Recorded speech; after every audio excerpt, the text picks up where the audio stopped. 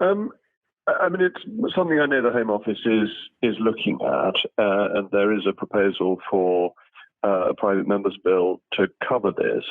But war memorials are of exceptional importance because in the 20th century, so many hundreds of thousands of people from this country gave their lives to defeat tyranny. And they were, by and large, young men who went off from their place of work at terrible risk to themselves and loss to their families.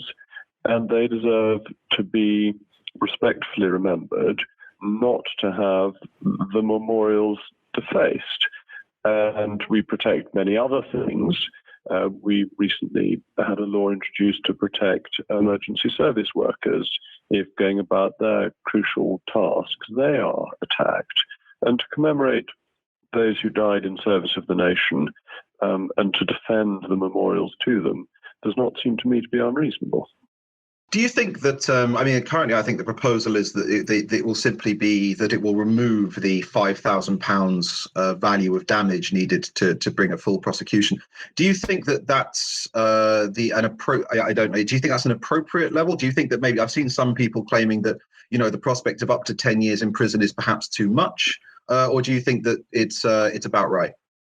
Well, all these things have to be decided by judges in the end, don't they? I'm a great believer in judicial discretion because you don't want to get into the situation where somebody gets a very severe sentence for something that was fundamentally accidental. On the other hand, you do want to protect memorials that commemorate huge sacrifices that people made in the past. And I find always very moving when you go around the country, if you were allowed to at the moment, you're not, of course, going to village churches. Every church pretty much in this country, very small number of exceptions, has that list of names, very often members of the same family who gave their lives in either the First World War or the Second World War for our freedom.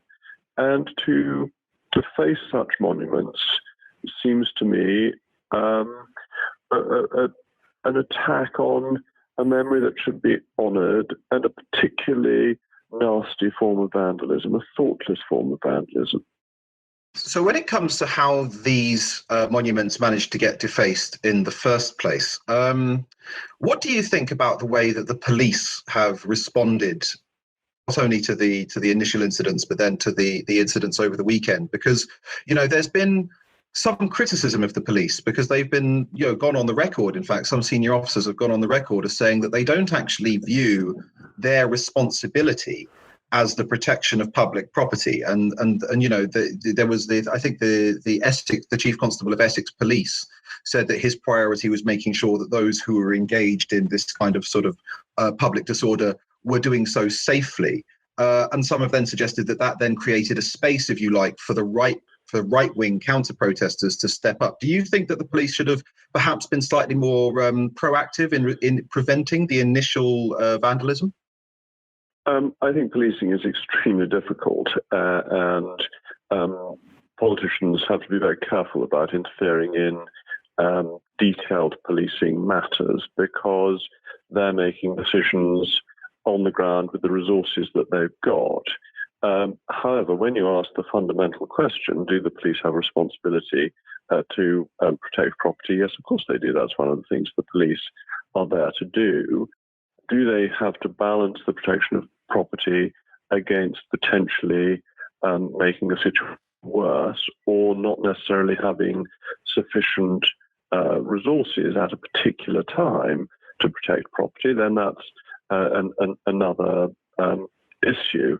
And that's an issue that needs to be made by the individual police officer on duty. But the general principles that the police must be responsible for day-to-day policing. They must be responsible for operational decisions. That is absolutely constitutionally right. But we are entitled to hold them to account for the decisions that they make as politicians, and therefore they are not immune from criticism. But equally, the politicians are entitled to set out the principles of policing and what the priorities should be. And clearly one of the things the police are meant to do is to protect property. So, I remember the riots in 2011, and there was quite strong criticism of the police then, because there was a sense that for several days they sort of stood back and allowed those to develop and to get much worse rather than confronting the rioters. Do you think that in this instance this is simply a case of officers making decisions based on the resources they had at the time, or do you think that perhaps there is a need for politicians or the government, once it's got a bit of distance from the immediate crisis, to have a look at the terms on which the police engage in public order incidents like this? Well, I think, as usual, the Home Secretary has been very clear and very robust, and I think we are very lucky to have a very clear-sighted Home Secretary who is willing to make important announcements and say what she thinks ought to happen. But of course, the politicians are entitled to set out the basic requirements for what the police have to do, but are not entitled to determine individual events at the moment of the policing, but the police do then get held to account. So this is part of our natural constitutional process. So the police make a decision. That decision is not one that the politicians should interfere in, but absolutely after the decision's been made, backbench MPs can raise that on the floor of the House of Commons. It can be debated, and the police can be held to account, as can and should be the police and crime commissioners who bring some representative element to policing. Well, I was going to say, on the subject of police and crime commissioners, are you surprised that, for example, the Conservative police and crime commissioner for Essex doesn't appear to have spoken out in response to his chief constable's comments? Do you think that the police and crime commissioners are working in that role that was intended for them to have, of providing a kind of public accountability to policing, or do you think that maybe they've just ended up as part of the policing establishment? I'm afraid I'm in deep ignorance of the Police and Crime Commissioner of Essex. It's not my constituency, and unfortunately I don't follow his statements with the assiduity that I probably should. I do apologise to listeners to Conservative Home for that lacuna in my attention to my duties. No problem, perhaps a bit specific. On the subject of statues, what do you think of Lindsay Hoyle's announcement that he's going to review the statuary and artwork in the House of Commons? Has he discussed this with you? Do you know roughly what his terms of reference are going to be for that? I was some years ago on the Speaker's Advisory Panel on works of art, which looked at new commissions or adding to the collection. And I think it's important that the collection is a live collection and a growing collection. Although this was the Lords rather than the Commons, a few years ago, I suppose it must have been in 2010, they completed the copies of the Armada tapestries, thanks to a generous donation from an American philanthropist, that had been started, and they'd only managed to do one of them, when Prince Albert was still alive.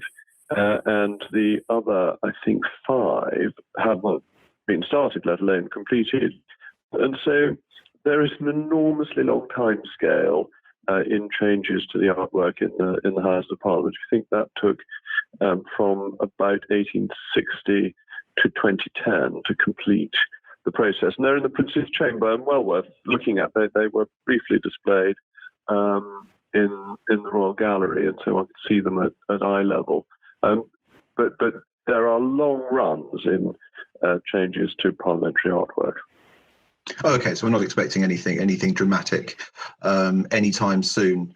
And then I suppose the last question on this particular topic, what do you think, obviously private organisations can do whatever they like, but what do you think about, publicly funded bodies such as Guy's Hospital proposing to remove the statues of their founder and benefactor? Do you think that the government, because Oliver Dowden has said that the government's not going to be removing any statues on its own property, but do you think that the government has some kind of role in whether or not publicly funded bodies such as hospitals like that on their attitude towards the commemoration of the past?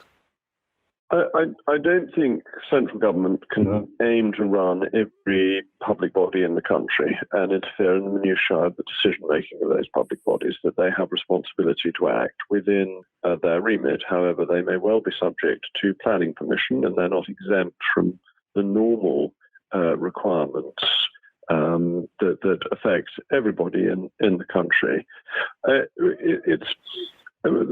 With the question of statues, it is very rare that there is somebody who is purely bad, and therefore you are always entering into a discussion as to people's relative merits. And I think that's best done by local communities rather than nationally, in bodies that are local rather than national. But I certainly think the government is right to have taken its approach. We will make America great again.